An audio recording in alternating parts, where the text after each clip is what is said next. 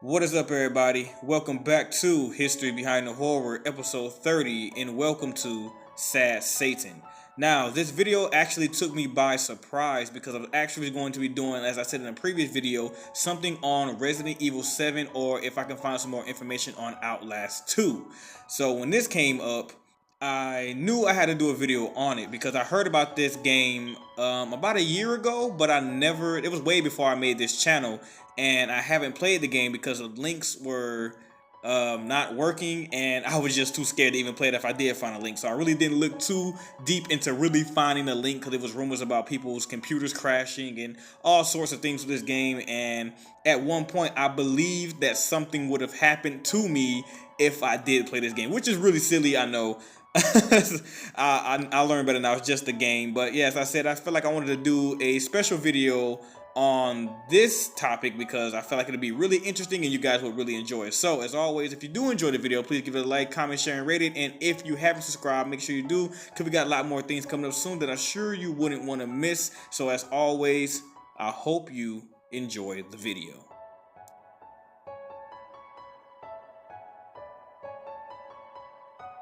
Sad Satan is a PC game built with the Terra engine, first reported on YouTube channel Obscure Horror Corner on June 25th, 2015. Following initial reviews, the channel's video of the game was picked by a number of English publications and later internationally. The title is a reference to the speculated backmask hidden message in Led Zeppelin's Stairway to Heaven.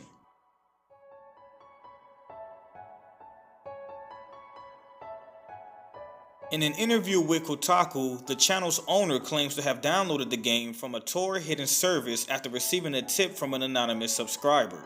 The subscriber in turn claims to have found the link via deep web internet forum from a user only known as ZK. Initially, some followers were skeptical of the game, fearing it may contain gore or child pornography.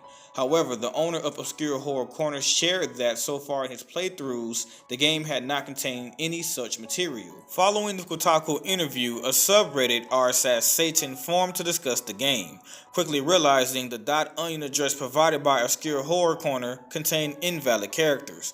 3 days later, another interview with the Obscure Horror Corner owner appeared on Kotaku, claiming that the link was purposely given in error since the game itself did in fact contain such graphic material, and the Obscure Horror Corner channel owner did not want to be responsible for such material. Minutes before the update, a new version of the game was posted to 4chan by someone claiming to be ZK, claiming that Obscure Horror Corner had not been showing their viewers the true Sad Satan. Members of the 4chan community downloaded this version of the game and attempted to play it. Some users complained that their computers began running sluggishly, and some even reported that their computers became completely unresponsive while trying to run the game. A few users even reported that their computers would not turn on anymore after running the version of the game. One Reddit user attempted to play the game from a live USB instead of their computer's main hard drive. Later, when they tried to boot into their computer as normal, the computer failed to load. This version, dubbed as the clone by most of the r/Satan community, contained images of violent gore and some child pornography, some of which is accessible right from the title screen of the game. A version of the game with the pornography removed, often called the clean version, was created by Redditors and subsequently redistributed in hopes that people who went out to download the game would download it instead of the clone, which contained the graphic imagery.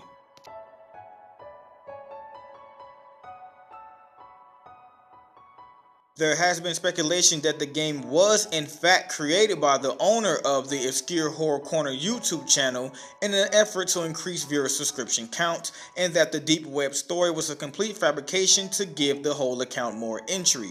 Some believe that Obscure Horror Corner created the clone as well in an attempt to lend credibility to the claim that there was actually gore and child pornography in the game.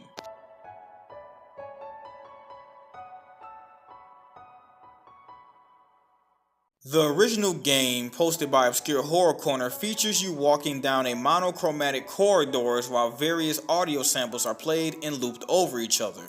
Audio in the game leans heavily on recordings of interviews with various murderers such as Charles Manson. The game also depends heavily on distorted or reverse audio of such interviews or musical clips.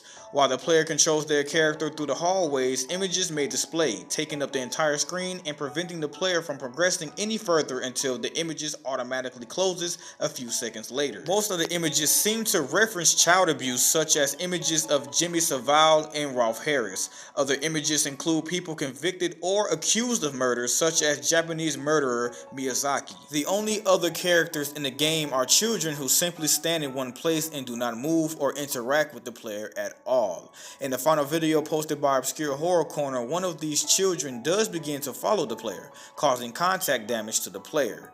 Since the player has no means of self-defense or any ability to heal, the player will eventually die at this point in the game.